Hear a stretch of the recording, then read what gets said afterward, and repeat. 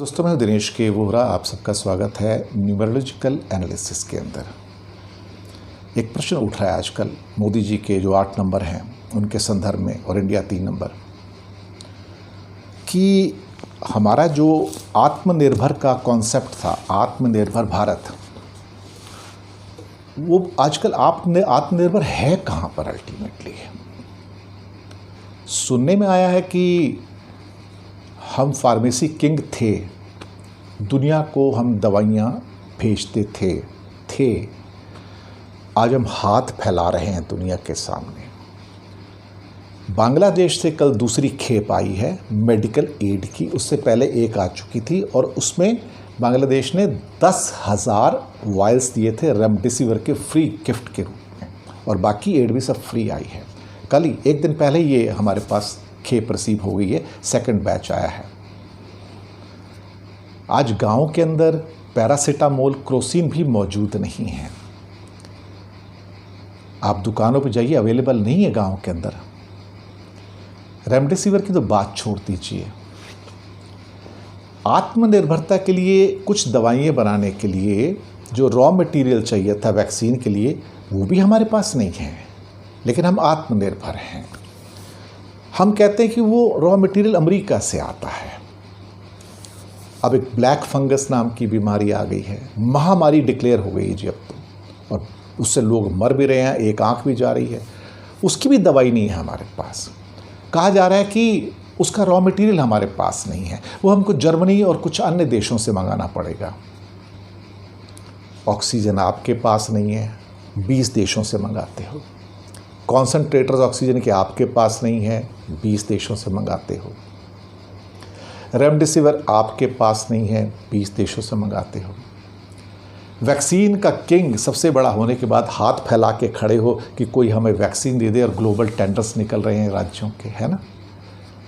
बिस्तरे हमारे पास नहीं है मरीजों को देने के लिए, आईसीयू बेड हमारे पास नहीं है, डॉक्टर्स हमारे पास नहीं है, स्टेरॉइड्स की भी सुना कमी होती जा रही है। आत्मनिर्भर कहाँ पर है?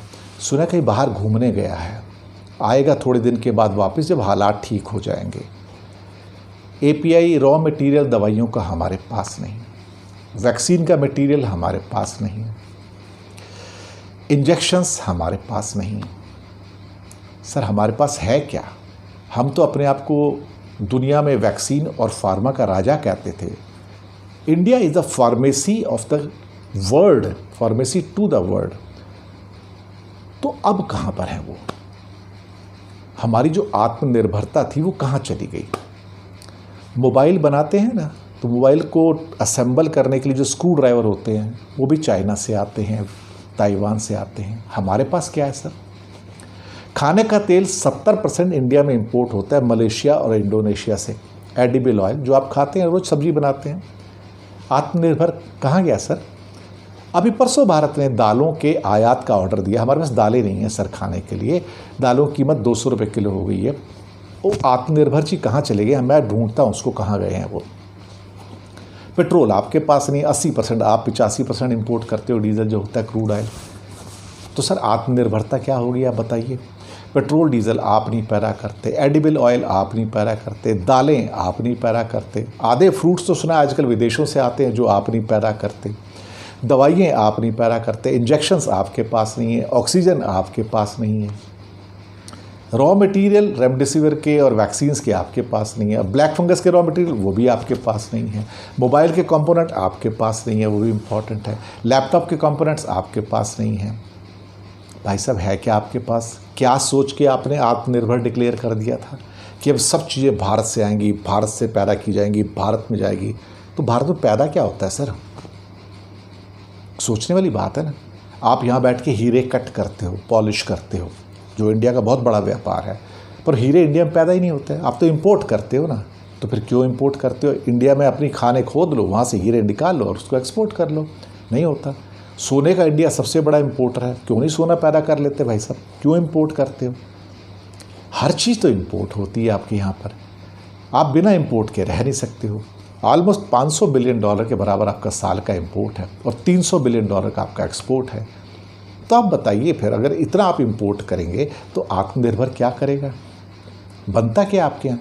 फर्नीचर भी बाहर से आता है, कटलरी भी बाहर से आती है, खाने का तेल भी बाहर से आता है, दालें भी बाहर से आती हैं। हाँ, गेहूँ और चावल यहाँ काफ़ी पैदा हो जाता है, बस इतनी तो तारीफ़ करनी पड़ेगी, हम आत्मनिर्भर हैं।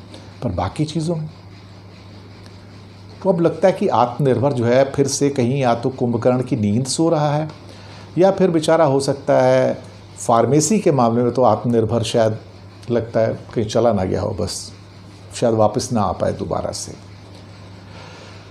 आत्मनिर्भर, अब ये आपको सुनने में कैसा लगेगा मुझे नहीं पता, आप खुद भी सोच लीजिएगा। भारतीय जनता पार्टी का नारा है आत्मनिर्भर। अभी रिसर्च लैब थी, रिसर्च लैब के लिए 115 करोड़ दिए गए थे जीनोम सीक्वेंसिंग के लिए, कोविड के लिए। सरकार ने पैसे नहीं दिए। उन्होंने कहा कि इसके लिए जो रीजेंट्स होते हैं, केमिकल्स होते हैं कुछ, और जो वेयर्स होते हैं, लेबोरेटरी इक्विपमेंट्स होते हैं, वो हिंदुस्तान से खरीदो, क्योंकि ये आत्मनिर्भर में आता है। अब बेचारे 4 महीने धक्के खाते रहे, इंडिया में एक पेन भी नहीं मिला उनको। फिर उनसे कहा कि भाई साहब नहीं मिलता, हमको फॉरेन से मंगाने पड़ेंगे, इंडिया में नहीं बनता है। लेकिन परमिशन नहीं दी। उस चक्कर में हमारे बहुत सारे लोगों ने नौकरियां छोड़ दी। एक बहुत बड़े रिसर्च साइंटिस्ट थे इंडिया के, one of the top virologist Shahid Jameel, नौकरी छोड़ दी सब भारत सरकार की। इतना प्रेशर उनके ऊपर, क्योंकि यहाँ पे कुछ आज़ादी ही नहीं है, सर्च भी नहीं कर सकते, वेयर्स नहीं है, केमिकल्स नहीं है, रीजेंट्स नहीं है, लैब कहाँ से चलेंगी? कई लैब बोल रही हैं, कई इंस्टीट्यूशन बोल रही हैं हमें डेटा दे दो, हम डेटा को एनालाइज कर लेंगे, पता लगेगा। डेटा भी देने को तैयार नहीं। आत्मनिर्भर है। चलिए, अगर आपको कहीं आत्मनिर्भर नज़र आ जाए तो मुझे भी बताइएगा, मैं भी ढूंढ रहा हूँ उसको। भारत में काफ़ी लोग ढूंढ रहे हैं, करोड़ों लोग ढूंढ रहे हैं उसको, बल्कि हो सकता है 100 करोड़, 1 अरब से ज़्यादा लोग ढूंढ रहे हैं। ये आत्मनिर्भर कहाँ पर है? हमें भी पता लगे आत्मनिर्भर कहाँ पर है। पता लगे तो बताइएगा। धन्यवाद।